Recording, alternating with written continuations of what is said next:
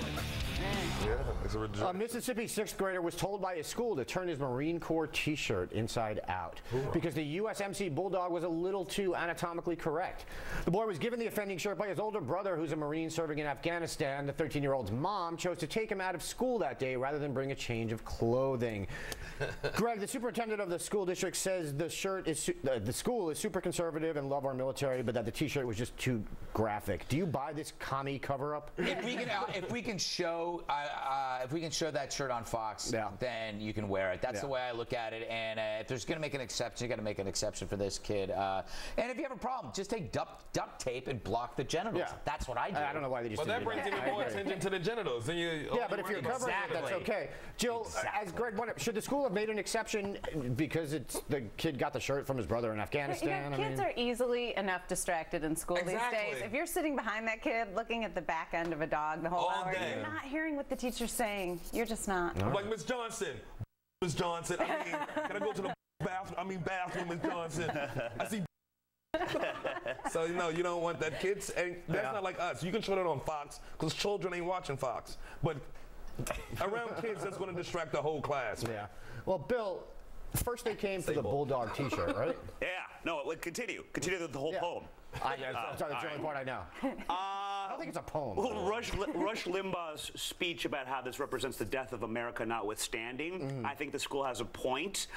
If it is something that they find graphic, they can tell the kid to take it off. When I was a kid, I thought it would be cool to come in with a Spuds MacKenzie t-shirt on. My teacher said that I was advertising beer and to take it off. And also she informed me what I learned the hard way, that I was a dork. I thought you learned you were an alcoholic. Well, there's that too. Yeah. But I would also say, personally, that t-shirt was not graphic enough. I want a close-up, but that's me. That's me. Yeah. But can we agree? The only question here is, should the school have made an exception because it's a Marine Corps shirt? Other than that, if this weren't a Marine Corps shirt, we wouldn't even be arguing this, right? Yeah. Yeah. I wonder if he were. I would be really angry if he was on a plane and they threw him off a plane. Yeah. That would bother me. Especially if the plane were in the air. True. Not cool. All right, this week, Black Eyed Peas rapper / father of all sorrow, will.i.am, arrived at a climate change meeting in Oxford University in a private helicopter. The 286-mile trip burned 71.5 gallons of fuel and released 3/4 of a ton of CO2 into the atmosphere. He even tweeted pics of his, quote, hip-hop copter for his followers to swoon over. More like hip-hopocrite. Yeah, I said it. Wow. All right, Sherrod, an Oxford professor claims that will.i.am helping to create a better understanding of climate change is more important than how he arrived. So basically, it's okay to create climate change in order to raise awareness of climate change. But he's not participating in it? No, he is, but he's participating, but not like actively in his life. He's coming in a helicopter. Exactly. He's telling us to save your banana peels. Right.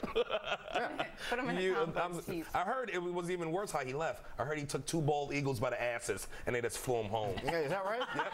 2 bald eagles right by the ass. Flew right home. Wow. He really is the father of all sorrow. Yeah. And he knows how to make an exit. But that's kind of ecologically sound, I think. That's a low carbon footprint on that. Yeah, that's pretty good. Eagle ass way home. Jill, should we cut Will some slack? Maybe he was running behind and didn't want to be 2000 and late. Oh. Thank you. There's the reason we did that story, ladies and gentlemen. Yeah, right there. Can all go home now. Is this a bar mitzvah?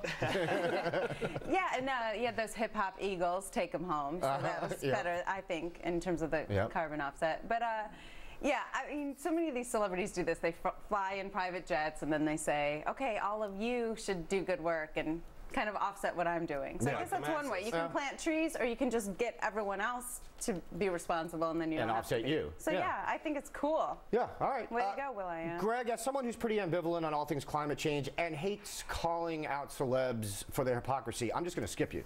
All right, that's fine. Cool. Can I just make one point, though? Sure. They defend him by saying that he also writes and performs songs about climate change. That's actually the worst thing. Absolutely. Because his songs suck. Yep. I like Black Eyed Peas. Oh, yeah. All right. We'll cut that out. And we will edit that. Bill, quickly, I think I speak for every citizen of the world when I ask, what would Taboo say or do about this? Oh, are you referring to Taboo falling up? No, I'm referring to keeping it on the positive. Thank you, because we're not going to do negative tonight. Thank you. No, sir. If I may. Quickly, Bill. I live by the maxim that you can tell a lot by looking at someone's shoes. Even today, there's 3 self-pride rules I abide by. Smell good, look good, and taste good. Excellent. Oh my God. On that note, we will close things out with the post-game wrap-up from Michael Moynihan. And to see clips of recent shows, go to foxnews.com/redeye. Hey, it's